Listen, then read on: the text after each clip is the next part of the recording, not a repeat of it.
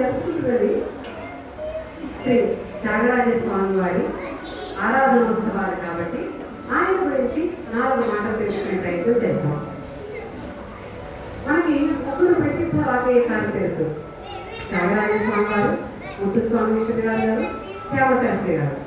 ఈ 3లో కూడా మనకు ఎక్కువ తెలిసినటువంటి వారు శ్రీ త్యాగరాజ స్వామి వారు. జగత్ ప్రసిద్ధిగాంచినటువంటి భారతీయ సంగీత సాంప్రదాయ సంస్కృతి దాదాపు 2500 సంవత్సరాల చరిత్ర కలిగినటువంటిది. పూర్వం 4వ శతాబ్దంలో భరతుడు నాట్యశాస్త్రంలో ప్రస్తావించినటువంటి సంగీత, నృత్య, వైద్య రీతులు నేటికి విశ్వవిఖ్యాతమై విరాజిల్లుతూ ఉన్నాయి. హైందవ జీవన ముఖ్య లక్ష్యం మోక్ష సాధన. తమ సంగీతాల ద్వారా భగవంతుడికి చేరువై మోక్ష ప్రాప్తి పొందినటువంటి మహనీయులు భారతంలో కోకొన్నారు. అటువంటి మహనీయుల కోవకు చెందిన వారే శ్రీ కాకర్ల త్యాగరాజ స్వామి వారు. తెలుగు వాగ్గేయకార చక్రవర్తి అయినటువంటి శ్రీ త్యాగరాజ స్వామి వారు కర్ణాటక సంగీత త్రిమూర్తులలో ఒకరు.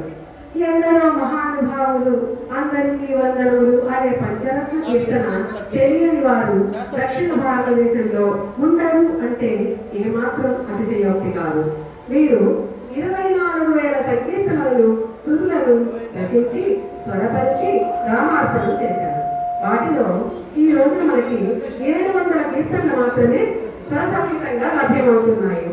కారణజన్ములైనటువంటి రామభక్తులైనటువంటి శ్రీ త్యాగరాజ స్వామి వారు 1767 మే 4వ తేదీన రామబ్రహ్మ గారు సీతమ్మలకు 3వ సంతానంగా తంజావూరు జిల్లాలోని తిరువాయూరులో జన్మించారు. కానీ వీరి పూర్వీకులు ఆంధ్రప్రదేశ్లోని ప్రకాశం జిల్లా కంభం మండలంలోని కాకర్ల గ్రామానికి చెందినటువంటి వారు ఆంధ్రప్రదేశ్కి చెందినటువంటి వారు అయినప్పటికీ మన వారు ఎప్పుడు ఆదరించలేదు. ఎప్పుడు పేరు ప్రఖ్యాతులు వచ్చిన తర్వాత ఆదరించారు. అప్పటి వరకు ఆదరించిన వారు కవితలు మాత్రమే. వాళ్ళే ఆయన్ని చాలా ఆదరించి కీర్తనల వెలుగులోకి తీసుకొచ్చి చాలా సాధన చేసి పేరు ప్రఖ్యాతులు తీసుకొచ్చారు. త్యాగరాజ స్వామి వారికి రామభక్తి తల్లి నుంచి వచ్చింది.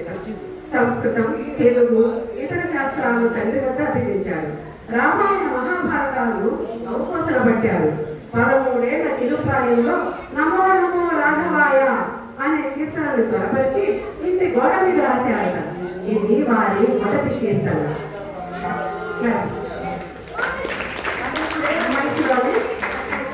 రాసి గోడ మీద రాశారట. ఆ రోజుల్లో మరి ఇతరమైన దేవత పరికరాలు ఏమి లేవు. మరి గురువు దగ్గర నేర్చుకున్న విసరం రాసి కూడా నేర్చుకునేవారు. ఆ రోజుల్లో వల్లే చెప్పుకునేవారు అంతవరకు. సంగీతం మీద ఉన్న ఆసక్తిని గమనించినటువంటి తండ్రి గారు సొంటి వెంకటరమణయ్య గారి దగ్గర సంగీతాభ్యాసానికి చేర్పించారట. ఇంతింతాయి వడుడింతాయి అన్నట్టుగా వారి సంగీత సముపార్జన దినదిన పురోగమానమై వస్తూ వచ్చింది. శ్రీ రామకృష్ణానంద స్వామి వారు వారికి రామతారక మంత్రం ప్రసాదించారు. 96 కోట్ల రామనామ జపాన్ని త్యాగరాజ స్వామి వారు పూర్తి చేశారు. మనం గట్టిగా 10 సార్లు 11 సార్లు చెప్పడం అనేది పెద్ద కష్టం. ఆయన 94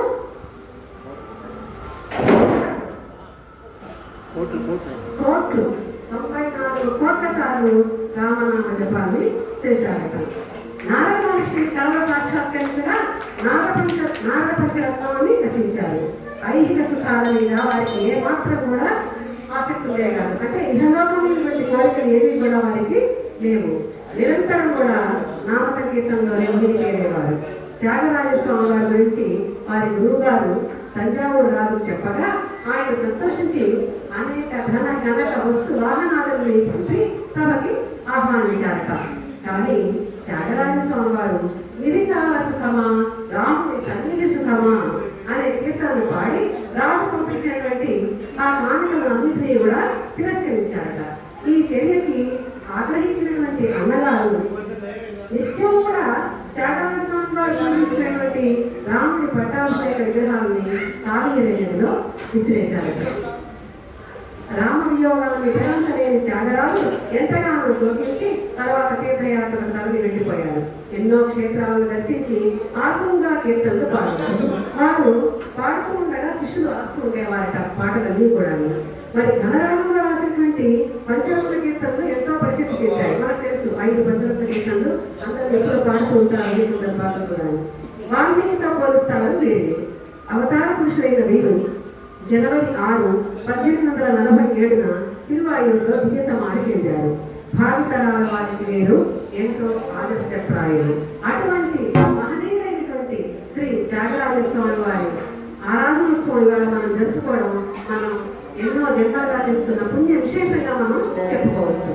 ఈనాటి వీణా వాద్య కార్యక్రమానికి మరి కీబోర్డు మీద సహకారం అందిస్తున్నారు స్వరూప్ గారు, అలాగే తబలా మీద సహకారం అందిస్తున్నారు బ్రహ్మం గారు.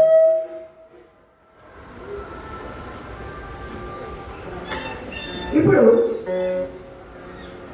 వరవీణ అంటూ మోహన్ రాయ్ వారి రూపకథలో ఘనరాగ గీతం అది మన ముందుకు వస్తున్నారు శ్రీమతి సత్యమామ గారు మరియు కుమారి మహాలక్ష్మి.